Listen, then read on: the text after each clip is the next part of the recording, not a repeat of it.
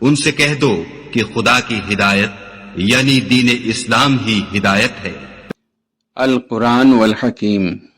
اور جو کچھ آسمانوں میں ہے اور جو کچھ زمین میں ہے سب خدا ہی کا ہے، اور اس نے خلقت کو اس لیے پیدا کیا ہے کہ جن لوگوں نے برے کام کیے ان کو ان کے اعمال کا برا بدلہ دے، اور جنہوں نے نیکیاں کی ان کو نیک بدلہ دے۔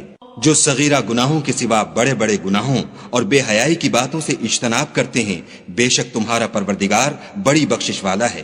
وہ تم کو خوب جانتا ہے جب اس نے تم کو مٹی سے پیدا کیا، اور جب تم اپنی ماؤں کے پیٹ میں بچے تھے تو اپنے آپ کو پاک صاف نہ جتاؤ، جو پرہیزگار ہے وہ اس سے خوب واقف ہے۔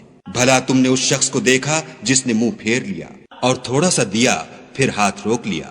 کیا اس کے پاس غیب کا علم ہے کہ وہ اسے دیکھ رہا ہے؟ کیا جو باتیں موسیٰ کے صحیفوں میں ہیں ان کی اس کو خبر نہیں پہنچی؟ اور ابراہیم کی جنہوں نے حق اطاعت اور رسالت پورا کیا، وہ یہ کہ کوئی شخص دوسرے کے گناہ کا بوجھ نہیں اٹھائے گا، اور یہ کہ انسان کو وہی ملتا ہے جس کی وہ کوشش کرتا ہے، اور یہ کہ اس کی کوشش دیکھی جائے گی، پھر اس کو اس کا پورا پورا بدلہ دیا جائے گا، اور یہ کہ تمہارے پروردگار ہی کے پاس پہنچنا ہے، اور یہ کہ وہ ہنساتا اور رلاتا ہے، اور یہ کہ وہی مارتا اور جلاتا ہے، اور یہ کہ وہی نر اور مادہ دو قسم کے حیوان پیدا کرتا ہے، یعنی نطفے سے جو رحم میں ڈالا جاتا ہے، اور یہ کہ قیامت کو اسی پر دوبارہ اٹھانا لازم ہے، اور یہ کہ وہی دولت مند بناتا اور مفلس کرتا ہے، اور یہ کہ وہی شعرا کا مالک ہے، اور یہ کہ اسی نے عاد اول کو ہلاک کر ڈالا، اور سمود کو بھی غرض کسی کو باقی نہ چھوڑا، اور ان سے پہلے قوم نوح کو بھی۔ کچھ شک نہیں کہ وہ لوگ بڑے ہی ظالم اور بڑے ہی سرکش تھے، اور اسی نے الٹی ہوئی بستیوں کو دے پٹکا، پھر ان پر چھایا جو چھایا۔ تو اے انسان، تو اپنے پروردگار کی کون کون سی نعمت پر جھگڑے گا؟ یہ محمد صلی اللہ علیہ وآلہ وسلم بھی اگلے ڈر سنانے والوں میں سے ایک ڈر سنانے والے ہیں۔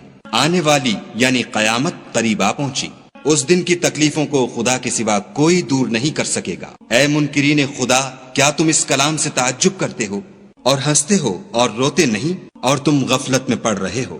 تو خدا کے آگے سجدہ کرو اور اسی کی عبادت کرو۔ شروع اللہ کے نام سے جو بڑا مہربان نہایت رحم والا ہے۔ قیامت قریب آ پہنچی اور چاند شق ہو گیا، اور اگر کافر کوئی نشانی دیکھتے ہیں تو منہ پھیر لیتے ہیں اور کہتے ہیں کہ یہ ایک ہمیشہ کا جادو ہے، اور انہوں نے جھٹلایا اور اپنی خواہشوں کی پیروی کی، اور ہر کام کا وقت مقرر ہے، اور ان کو ایسے حالات سابقین پہنچ چکے ہیں جن میں عبرت ہے، اور کامل دانائی کی کتاب بھی، لیکن ڈرانا ان کو کچھ فائدہ نہیں دیتا۔ تو تم بھی ان کی کچھ پرواہ نہ کرو، جس دن بلانے والا ان کو ایک ناخوش چیز کی طرف بلائے گا تو آنکھیں نیچے کیے ہوئے قبروں سے نکل پڑیں گے، گویا بکھری ہوئی ٹڈیاں ہیں۔ اس بلانے والے کی طرف دوڑتے جاتے ہوں گے، کافر کہیں گے یہ دن بڑا سخت ہے۔ ان سے پہلے نوح کی قوم نے بھی تکذیب کی تھی، تو انہوں نے ہمارے بندے کو جھٹلایا اور کہا کہ دیوانہ ہے، اور انہیں ڈانٹا بھی۔ تو انہوں نے اپنے پروردگار سے دعا کی کہ بار الہ، میں ان کے مقابلے میں کمزور ہوں، تو ان سے بدلہ لے۔ بس ہم نے زور کے مہ سے آسمان کے دہانے کھول دیے اور زمین میں چشمے جاری کر دیے، تو پانی ایک کام کے لیے جو مقدر ہو چکا تھا جمع ہو گیا، اور ہم نے نوح کو ایک کشتی پر جو تختوں اور میخوں سے تیار کی گئی تھی سوار کر لیا، وہ ہماری آنکھوں کے سامنے چلتی تھی۔ یہ سب کچھ اس شخص کے انتقام کے لیے کیا گیا جس کو کافر مانتے نہ تھے، اور ہم نے اس کو ایک عبرت بنا چھوڑا، تو کوئی ہے کہ سوچے سمجھے؟ سو دیکھ لو کہ میرا عذاب اور ڈرانا کیسا ہوا، اور ہم نے قرآن کو سمجھنے کے لیے آسان کر دیا، تو کوئی ہے کہ سوچے سمجھے؟ عاد نے بھی تکذیب کی تھی، سو دیکھ لو کہ میرا عذاب اور ڈرانا کیسا ہوا۔ ہم نے ان پر سخت منحوس دن میں آندھی چلائی، وہ لوگوں کو اس طرح اکھیڑے ڈالتی تھی گویا اکھڑی ہوئی کھجوروں کے تنے ہیں۔ سو دیکھ لو کہ میرا عذاب اور ڈرانا کیسا ہوا، اور ہم نے قرآن کو سمجھنے کے لیے آسان کر دیا ہے، تو کوئی ہے کہ سوچے سمجھے؟ سمود نے بھی ہدایت کرنے والوں کو جھٹلایا اور کہا کہ بھلا ایک آدمی جو ہم میں سے ہے ہم اس کی پیروی کریں؟ یوں ہو تو ہم گمراہی اور دیوانگی میں پڑ گئے۔ کیا ہم سب میں سے اسی پر وحی نازل ہوئی ہے؟ نہیں، بلکہ جھوٹا خود پسند ہے۔ ان کو کل ہی معلوم ہو جائے گا کہ کون جھوٹا خود پسند ہے۔ اے صالح، ہم ان کی آزمائش کے لیے اونٹنی بھیجنے والے ہیں، تو تم ان کو دیکھتے رہو اور صبر کرو، اور ان کو آگاہ کر دو کہ ان میں پانی کی باری مقرر کر دی گئی ہے، ہر باری والے کو اپنی باری پر آنا چاہیے۔ تو ان لوگوں نے اپنے رفیق کو بلایا اور اس نے اونٹنی کو پکڑ کر اس کی کونچیں کاٹ ڈالی۔ سو دیکھ لو کہ میرا عذاب اور ڈرانا کیسا ہوا۔ ہم نے ان پر عذاب کے لیے ایک چیخ بھیجی تو وہ ایسے ہو گئے جیسے باڑ والے کی سوکھی اور ٹوٹی ہوئی باڑ۔ اور ہم نے قرآن کو سمجھنے کے لیے آسان کر دیا ہے تو کوئی ہے کہ سوچے سمجھے۔ لوط کی قوم نے بھی ڈر سنانے والوں کو جھٹلایا تھا، تو ہم نے ان پر کنکر بھری ہوا چلائی، مگر لوط کے گھر والے کہ ہم نے ان کو پچھلی رات ہی سے بچا لیا۔ اپنے فضل سے شکر کرنے والے کو ہم ایسا ہی بدلہ دیا کرتے ہیں۔ اور لوط نے ان کو ہماری پکڑ سے ڈرا بھی دیا تھا، مگر انہوں نے ڈرانے میں شک کیا اور ان سے ان کے مہمانوں کو لے لینا چاہا، تو ہم نے ان کی آنکھیں مٹا دیں۔ سو اب میرے عذاب اور ڈرانے کے مزے چکھو۔ اور ان پر صبح سویرے ہی اٹل عذاب آ نازل ہوا، تو اب میرے عذاب اور ڈرانے کے مزے چکھو۔ اور ہم نے قرآن کو سمجھنے کے لیے آسان کر دیا ہے تو کوئی ہے کہ سوچے سمجھے۔ اور قوم فرعون کے پاس بھی ڈر سنانے والے آئے، انہوں نے ہماری تمام نشانیوں کو جھٹلایا، تو ہم نے ان کو اس طرح پکڑ لیا جس طرح ایک قوی اور غالب شخص پکڑ لیتا ہے۔ اے اہل عرب، کیا تمہارے کافر ان لوگوں سے بہتر ہیں، یا تمہارے لیے پہلی کتابوں میں کوئی فارغ خطی لکھ دی گئی ہے؟ کیا یہ لوگ کہتے ہیں کہ ہماری جماعت بڑی مضبوط ہے؟ ان قریب یہ جماعت شکست کھائے گی اور یہ لوگ پیٹھ پھیر پھیر کر بھاگ جائیں گے۔ ان کے وعدے کا وقت تو قیامت ہے، اور قیامت بڑی سخت اور بہت تلخ ہے۔ بے شک گناہ گار لوگ گمراہی اور دیوانگی میں مبتلا ہیں۔ اس روز منہ کے بل دوزخ میں گھسیٹے جائیں گے۔ اب آگ کا مزہ چکھو۔ ہم نے ہر چیز اندازہ مقرر کے ساتھ پیدا کی ہے، اور ہمارا حکم تو آنکھ کے جھپکنے کی طرح ایک بات ہوتی ہے۔ اور ہم تمہارے ہم مذہبوں کو ہلاک کر چکے ہیں، تو کوئی ہے کہ سوچے سمجھے۔ اور جو کچھ انہوں نے کیا ان کے اعمال ناموں میں مندرج ہے، یعنی ہر چھوٹا اور بڑا کام لکھ دیا گیا ہے۔ جو پرہیزگار ہیں وہ باغوں اور نہروں میں ہوں گے، یعنی پاک مقام میں، ہر طرح کی قدرت رکھنے والے بادشاہ کی بارگاہ میں۔ شروع اللہ کے نام سے جو بڑا مہربان نہایت رحم والا ہے۔ خدا جو نہایت مہربان، اسی نے قرآن کی تعلیم فرمائی، اسی نے انسان کو پیدا کیا، اسی نے اس کو بولنا سکھایا۔ سورج اور چاند ایک حساب مقرر سے چل رہے ہیں، اور بوٹیاں اور درخت سجدہ کر رہے ہیں۔ اور اسی نے آسمان کو بلند کیا اور ترازو قائم کی کہ ترازو سے تولنے میں حد سے تجاوز نہ کرو، اور انصاف کے ساتھ ٹھیک تولو اور تول کم مت کرو۔ اور اسی نے خلقت کے لیے زمین بچھائی، اس میں میوے اور کھجور کے درخت ہیں جن کے خوشوں پر غلاف ہوتے ہیں، اور اناج جس کے ساتھ بھس ہوتا ہے، اور خوشبودار پھول۔ تو اے گروہ جن و انس، تم اپنے پروردگار کی کون کون سی نعمت کو جھٹلاؤ گے؟ اسی نے انسان کو ٹھیکرے کی طرح کھن کھناتی مٹی سے بنایا، اور جنات کو آگ کے شعلے سے پیدا کیا۔ تو تم اپنے پروردگار کی کون کون سی نعمت کو جھٹلاؤ گے؟ وہی دونوں مشرقوں اور دونوں مغربوں کا مالک ہے۔ تو تم اپنے پروردگار کی کون کون سی نعمت کو جھٹلاؤ گے؟ اسی نے دو دریا رواں کیے جو آپس میں ملتے ہیں، دونوں میں ایک آڑ ہے کہ اس سے تجاوز نہیں کر سکتے۔ تو تم اپنے پروردگار کی کون کون سی نعمت کو جھٹلاؤ گے؟ دونوں دریاؤں سے موتی اور مونگے نکلتے ہیں۔ تو تم اپنے پروردگار کی کون کون سی نعمت کو جھٹلاؤ گے؟ اور جہاز بھی اسی کے ہیں جو دریا میں پہاڑوں کی طرح اونچے کھڑے ہوتے ہیں۔ تو تم اپنے پروردگار کی کون کون سی نعمت کو جھٹلاؤ گے؟ وَلِلَّهِ مَا فِي السَّمَاوَاتِ وَمَا فِي الْأَرْضِ لِيَجْزِيَ الَّذِينَ أَسَاءُوا بِمَا عَمِلُوا وَيَجْزِيَ الَّذِينَ أَحْسَنُوا بِالْحُسْنَى الَّذِينَ يَجْتَنِبُونَ كَبَائِرَ الْإِثْمِ وَالْفَوَاحِشَ إِلَّا اللَّمَمَ إِنَّ رَبَّكَ وَاسِعُ الْمَغْفِرَةِ هُوَ أَعْلَمُ بِكُمْ إِذْ أَنشَأَكُم مِّنَ الْأَرْضِ وَإِذْ أَنتُمْ أَجِنَّةٌ فِي بُطُونِ أُمَّهَاتِكُمْ فَلَا تُزَكُّوا أَنفُسَكُمْ هُوَ أَعْلَمُ بِمَنِ اتَّقَىٰ أَفَرَأَيْتَ الَّذِي تَوَلَّىٰ وَأَعْطَىٰ قَلِيلًا وَأَكْدَىٰ أَعِندَهُ عِلْمُ الْغَيْبِ فَهُوَ يَرَىٰ أَمْ لَمْ يُنَبَّأْ بِمَا فِي صُحُفِ مُوسَىٰ وَإِبْرَاهِيمَ الَّذِي وَفَّىٰ أَلَّا تَزِرُ وَازِرَةٌ وِزْرَ أُخْرَىٰ وَأَن لَّيْسَ لِلْإِنسَانِ إِلَّا مَا سَعَىٰ وَأَنَّ سَعْيَهُ سَوْفَ يُرَىٰ ثم يجزاه الجزاء الأوفى وأن إلى ربك المنتهى وأنه هو أضحك وأبكى وأنه هو أمات وأحيا وأنه خلق الزوجين الذكر والأنثى من نطفة إذا تمنى وأن عليه النشأة الأخرى وأنه هو أغنى وأقنى وأنه هو رب الشعرى وأنه أهلك عادا الأولى وثمود فما أبقى وقوم نوح من قبل إنهم كانوا هم أظلم وأطغى والمؤتفكة أهوى فغشاها ما غشا فبأي آلاء ربك تتمارى هذا نذير من النذر الأولى أزفت الآزفة ليس لها من دون الله كاشفة أفمن هذا الحديث تعجبون وتضحكون ولا تبكون وأنتم سامدون فاسجدوا لله واعبدوا. आयत सजदा सुनने वालों पर सजदा लाजिम है।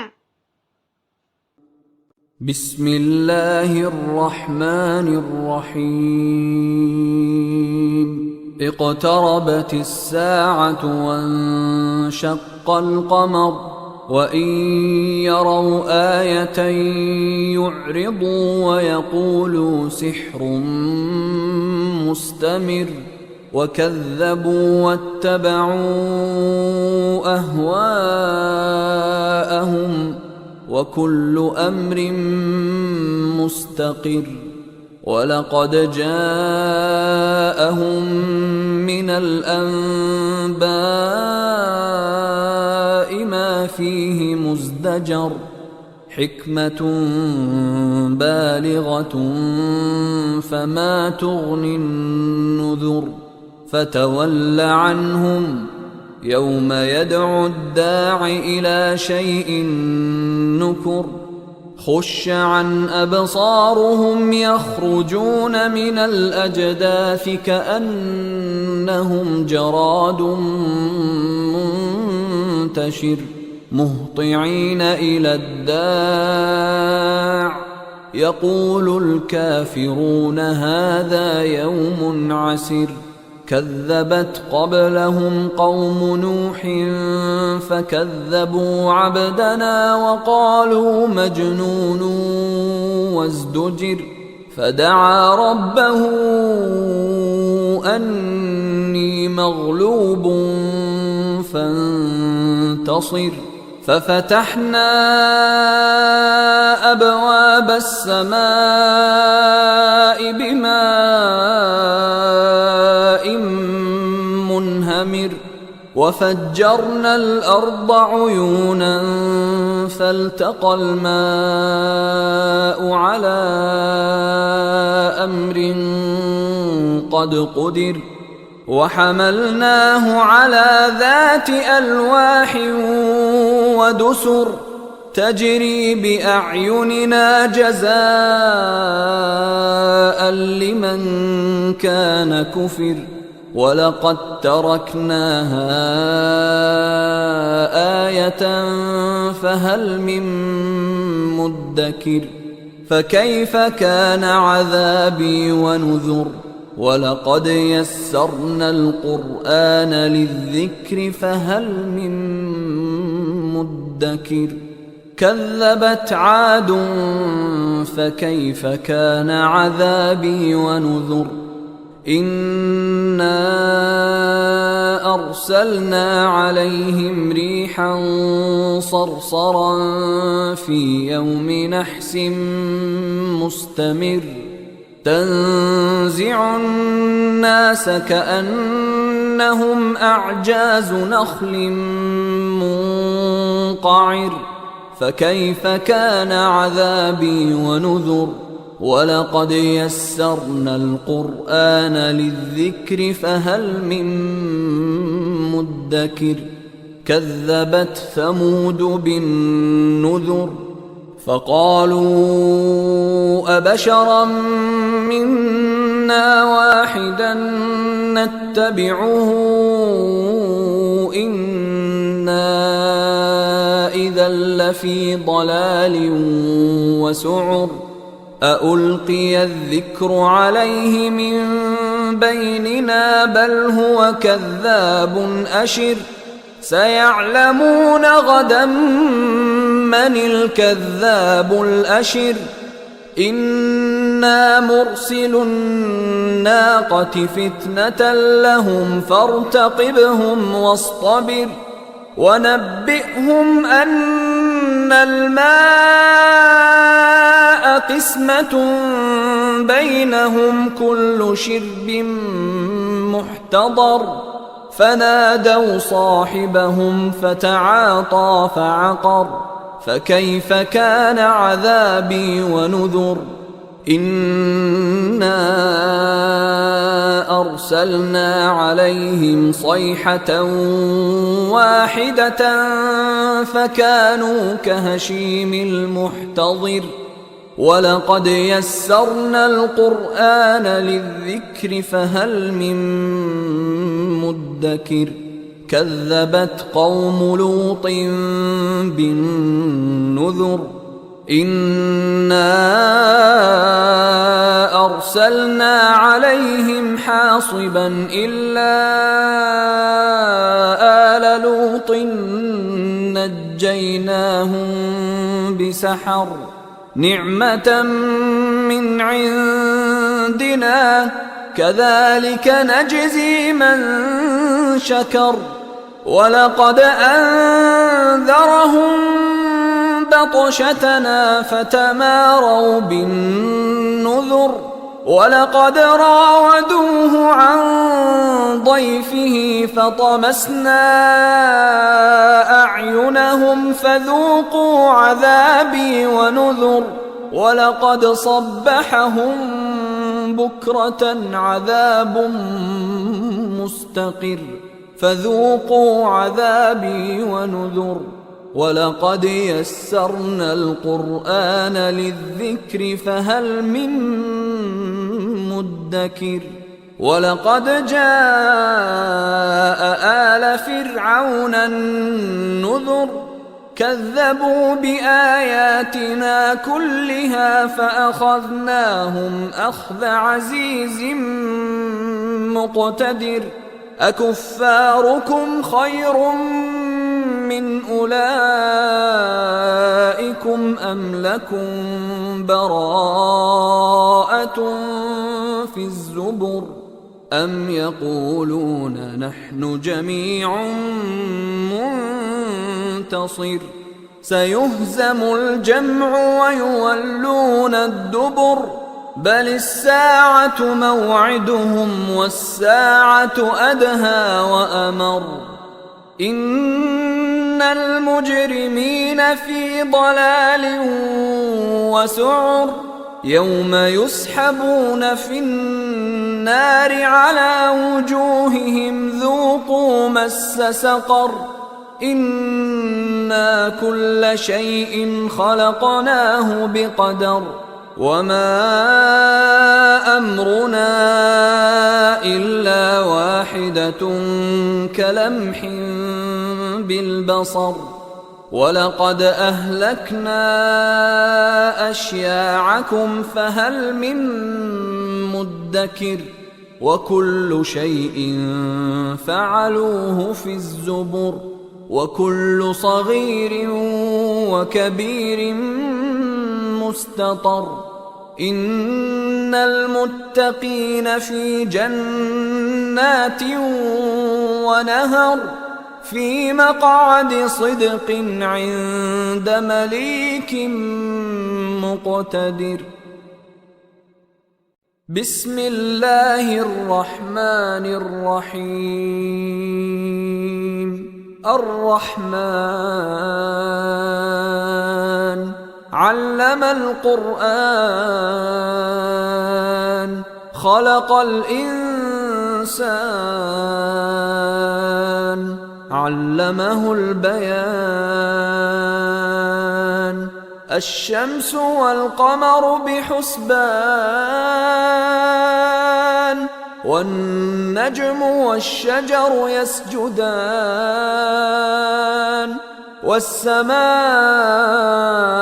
رفعها ووضع الميزان ألا تطغوا في الميزان وأقيموا الوزن بالقسط ولا تخسروا الميزان. والأرض وضعها للأنام فيها فاكهة والنخل ذات الأكمام والحب ذو العصف والريحان. فبأي آلاء ربكما تكذبان؟ خلق الإنسان من صلصال كالفخار وخلق الجان من مارج من نار. فبأي آلاء ربكما تكذبان؟ رب المشرقين ورب المغربين. فبأي آلاء ربكما تكذبان؟ مرج البحرين يلتقيان بينهما برزخ لا يبغيان. فبأي آلاء ربكما تكذبان؟ يخرج منهما اللؤلؤ والمرجان. فبأي آلاء ربكما تكذبان؟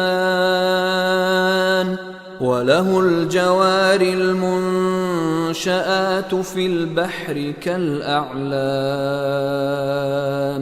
فبأي آلاء ربكما تكذبان؟ صدق الله العظيم. وما خلقت الجن والإنس إلا ليعبدون. और मैंने जिन्न और इंसानों को इसलिए पैदा किया है कि मेरी इबादत करें।